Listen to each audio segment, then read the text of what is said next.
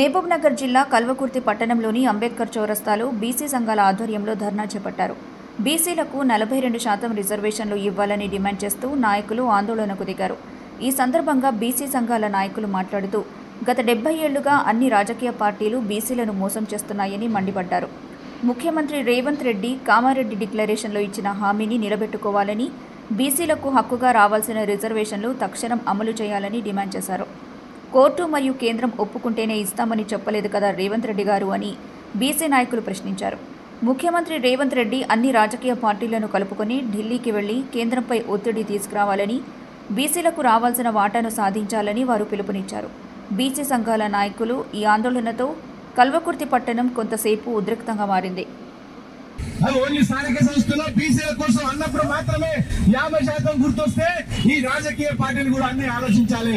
ఏ ఒక్క రాజకీయ పార్టీ కూడా శుద్ధపూస కాదు. అన్ని రాజకీయ పార్టీలు బీసీలని అడుగున 70 ఏళ్ల నుంచి మోసం చేస్తున్నాయి, నమ్మించి మోసం చేస్తున్నాయి. ఎలక్షన్ల ముందు సామాజిక తెలంగాణ, సామాజిక వర్గాలని మేము కలుపుకొని పోతాం, మీరెంతో మాకంత, మీరెంతో మీకన్ని సీట్లు ఇస్తామని చెప్పేసి గద్దెనెక్కడానికి టికెట్ ఇచ్చడానికి వచ్చేసరికి గెలుపు గుర్రాలనే టికెట్ ఇవ్వకుండా ఆ రోజు కామారెడ్డి డిక్లరేషన్ లో కాంగ్రెస్ పార్టీ ఇచ్చింది. 42% విద్యా ఉద్యోగ రాజకీయాలు ఇచ్చి 24,000 మంది కొత్త బీసీ ప్రజాప్రతినిధుల్ని ఖచ్చితంగా ఏర్పాటు చేస్తామని చెప్పారు. ఆ రోజు మీరేమైనా కోర్టు అడ్డుకుంటది, ఆ రోజు మీరేమైనా కేంద్ర ప్రభుత్వం ఒప్పుకుంటేనే ఇస్తామని చెప్పలేదు కదా ముఖ్యమంత్రి గారు. మీరు ఏం చేస్తారో తెలీదు.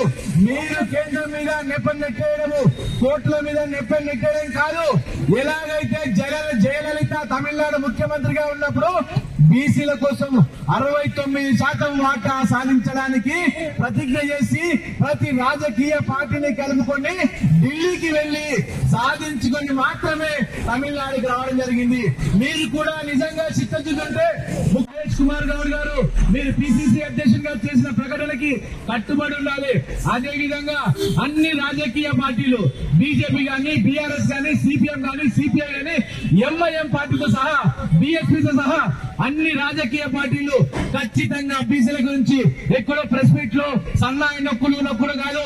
బీసీల కోసం నిజంగా మీరు అనుకుంటే రోడ్ల మీదకి వచ్చి ధర్నా చేయండి, ఈ ప్రభుత్వానికి సహకరించండి, లేదా ప్రభుత్వం మెడలు వంచడానికి మీరు చేయాలని డిమాండ్ చేస్తూ కల్వకుర్తి బీసీ సప్లై సాధకం తరఫున మేము డిమాండ్ చేస్తా ఉన్నాం. రేవంత్ రెడ్డి గారు మీకు చిత్తశుద్ధి ఉంటే మీ కాంగ్రెస్ పార్టీ తరఫున అఖిలపక్షం ఏర్పాటు చేయండి, ప్రభుత్వం తరఫున అఖిలపక్షం ఏర్పాటు చేసి అందరినీ సమాయత్తపరిచి ఢిల్లీకి తీసుకెళ్లి ప్రతిజ్ఞ చేయండి. బీసీలకు తెలంగాణ గడ్డ మీద మేము హామీ ఇచ్చాం, ఆ హామీ నెరవేర్చడానికి అవసరమైతే ఢిల్లీ దిగ్బంధిస్తాం. ఢిల్లీని దిగ్బంధించి 9th షెడ్యూల్లో బీసీల వాటా సాధించుకొని తిరిగి వస్తామని ప్రతిజ్ఞ చేస్తే అప్పుడు మేము నమ్ముతాం.